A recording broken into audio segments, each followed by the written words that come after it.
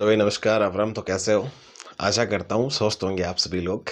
और जितने भी फोर्थ ग्रेड अधिकारी हैं तो अच्छे तरीके से आप डीवी करा दिए होंगे आपने। जो स्क्रूटनी फॉर्म है वो आपने भरवा दिया होगा, है ना? सारे डीवी भी आपने रेडी कर लिए होंगे। और जिनका कुछ समस्याएं हैं, अभी देखो, मैं अभी आपको पहले एक बात बता देता हूँ। जिनके डीवी में दिक्कत होगी वो बिल्कुल श्योर है कि बाहर होंगे, चाहे उसके कितने ही नंबर हो। अगर डीवी में जिनकी दिक्कत है, आपको पता है 2 गुणा में इसलिए लिया जाता है, चाहे 1.5 गुणा में लो चाहे 2 गुणा में लो। डीवी में कोई मिस्टेक है तो 101% बाहर किया जाएगा। 100% भी नहीं, 101% बाहर किया जाएगा। आपके पास में डॉक्यूमेंट, संपूर्ण डॉक्यूमेंट नहीं है, जो भी रिक्वायर्ड है डॉक्यूमेंट्स की, वो डॉक्यूमेंट्स नहीं है तो लगभग क्या कन्फर्म मान लो बाहर हो, चाहे कोई भी हो, XYZ टॉपर भी क्यों ना हो। ओके, तो आपने आवेदन कर दिया, अभी भी डेट है, ठीक है। और अब आपका जो डीवी की लिस्ट है वो भी डिक्लेयर करने जा रहे हैं कर्मचारी चयन बोर्ड। हाँ, एक चीज ये कि डीवी का आपका शेड्यूल है ना, वो जारी कर दिया गया है। जो अलग अलग शिफ्टों में अलग अलग चरण इसके होने वाले हैं।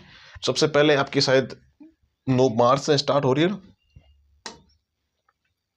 ठीक है, 9 मार्च से स्टार्ट हो रहे हैं। आपको देखो, जो भी एस्पिरेंट टेलीग्राम पे ज्वाइन नहीं है वो आप ज्वाइन हो सकते हो, है ना। माइंड जोन एजुकेशन के नाम से टेलीग्राम चैनल है।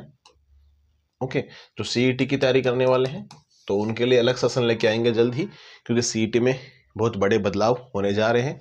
तो उसके आधार पे आप एक बार ना तो टेस्ट दे और ना आप कोई एक स्पेसिफिक आपकी जो बुक है वो ना लेके आए। जो एक बार आपको सिलेबस दिया हुआ है वो एक बार पढ़ सकते हो, जैसे आपके पास में सेल्फ की बुक्स है उसके आधार पे, ठीक है। सीईटी के बारे में आपको एक अलग स्ट्रेटेजी वीडियो बता दूंगा मैं, है ना। जो एलडीसी की तैयारी करने वाले स्टूडेंट्स हैं उनके लिए भी नोट्स वगैरह पड़े हैं एप्लीकेशन पे, मानजोन पे। खैर, पहले बात करते हैं अपन कि आपके दस्तावेज सत्यापन है, वो फर्स्ट आपका चरण है वो कब से शुरू होगा? वो 9 मार्च से 13 मार्च तक 5 दिन के समथिंग चलने वाला है, ठीक है। अंतिम कब तक होगा आपका? अंतिम होगा चतुर्थ, पांचवा, छठवां, सातवां, आठवां। आठवां चरण आपका ये दिया हुआ है, ठीक है, 15/4 तक। आठवां चरण है अप्रैल तक, ठीक है। 15 अप्रैल तक आपका इसमें क्या हो जाएगा? विभागीय प्रक्रिया के आधार पे डिवी हो जाएगा, ठीक है। फिर अगर जो भी इनमें अनुपस्थित रहता है, ठीक है, उनको भी टाइम दिया जाएगा, है ना।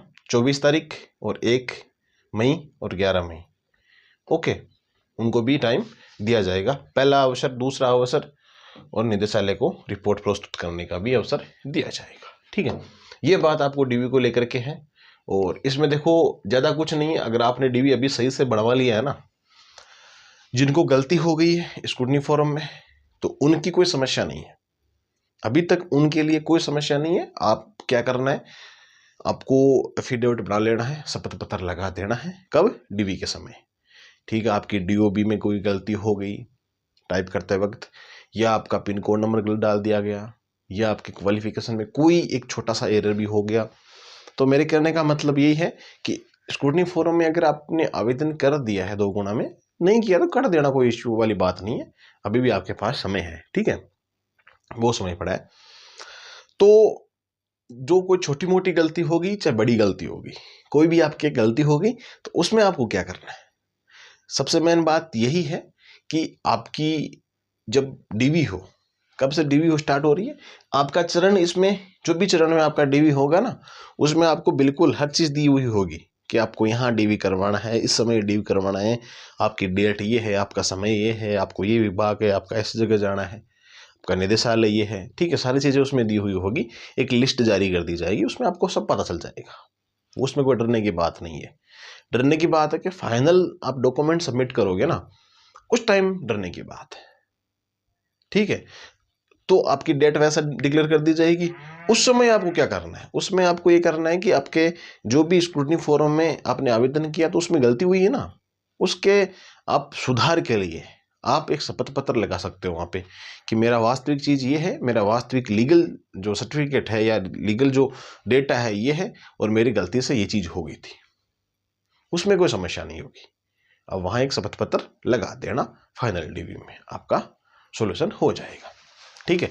अन्यथा डीवी में भी आपको फाइनल डीवी में कोई समस्या हो रही है डॉक्यूमेंट्स में, या कोई फर्जी डॉक्यूमेंट है ना, या फिर कोई मार्कशीट फर्जी है, 10th की मान लो बार बार 10th की मार्कशीट बना के आपने सारे कागजों में इलीगल तरीके से क्या कर दिया, आयु को कम करके आयु को बढ़ा करके कैसा भी आपने किया होगा, चाहे ओपन से किया होगा, वो सारे बाहर होंगे। उसमें जो फर्जी तरीके से उसमें डॉक्यूमेंट्स लगा रहे हैं ना, वो तो श्योर है कि बाहर होने ही होने, उनमें तो कहने की बात ही क्या है ना। आज न्यूज़पेपर में भी चीज ये मेंशन हुई थी, ठीक है, न्यूज़पेपर में आपने देख लिया होगा।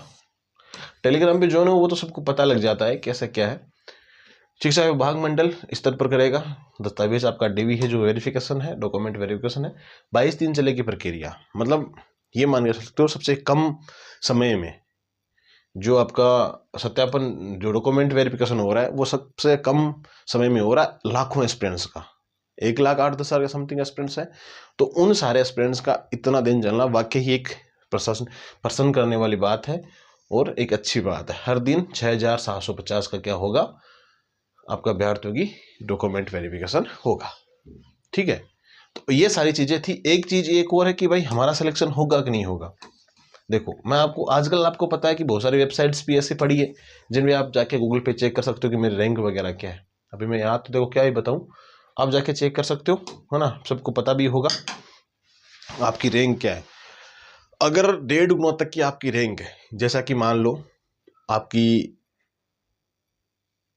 पोस्ट है 500, मैं एक आइडिया के तौर पे बता रहा हूं, आपकी पोस्ट है 500 और आपके लगभग ये मान के चलो 800 तक की रैंक है, ठीक है, 800 तक की रैंक है तो आपका सिलेक्शन हो जाएगा, भले ही नंबर आपके 2 हो एक्स्ट्रा या 50 नंबर एक्स्ट्रा हो, ठीक है, या तो 2 नंबर एक्स्ट्रा हो या 50 नंबर एक्स्ट्रा हो, डजेंट मैटर, वो चीज मैटर नहीं करेगी अगर आपके इतने रैंक तक है। सारे बच्चे इतने नहीं निकले 4th ग्रेड में, पहले माहौल बना रहे थे ना कि भाई 50,000 निकल जाएंगे, 30,000 निकल जाएंगे, 70,000 इसमें बाहर हो जाएंगे, वो कुछ नहीं हुए। सबको 4th ग्रेड प्यारी है तो 4th ग्रेड अधिकारी उनको बनना है, सुकून की नौकरी है, सब सुकून की नौकरी देखते हैं, भले ही इसमें 11,000 200 300 ही मिलो, वो बात नहीं होती है, बात पैसे की नहीं होती है, बात होती है एकदम सुकून से आगे की प्रिपरेशन कर ले, वो जॉब चाहिए होती है। ऐसा तो कांस्टेबल बहुत सारे एस्पिरेंट है, चाहे वो बॉन्ड भरने के बाद बॉन्ड चुका के आए हो, चाहे कैसे भी आए हो, वो 4th ग्रेड में भी आ रहे हैं, ऐसी कोई बात नहीं। आजकल सबका माइंड सेट अलग अलग रहता है ना। तो ये सारी चीजें हैं। मैं आपको ये कहना चाहूंगा कि अगर आपको लगता है कि भाई पोस्ट के अंदर अंदर जितनी आपकी पोस्ट या फिर कैटेगरी की पोस्ट है उसमें अगर आपकी रैंक आ रही है अच्छी खासी, अगर 2-3 ऊपर भी है ना तो भी कोई दिक्कत नहीं है, चाहे किसी भी कैटेगरी में हो।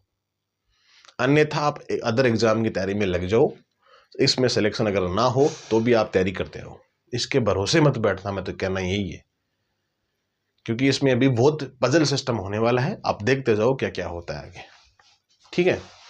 चाहे किसी भी कैटेगरी की हो, डाइवोर्स कैटेगरी हो, विडो कैटेगरी हो, PHO वाले हो, डिसेबिलिटी वाले हो, चाहे कोई से भी हो, OBC कैटेगरी, WS कैटेगरी, कोई भी कैटेगरी वाले हो, ठीक है।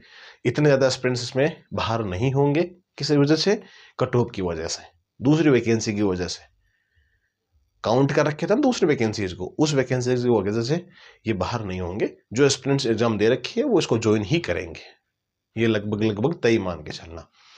खैर आपकी जो भी समस्या एक बार कमेंट बॉक्स में जरूर डाल देना आप, है ना। खैर मिलेंगे अपन नेक्स्ट वीडियो में, तब तक के लिए जय हिंद जय भारत।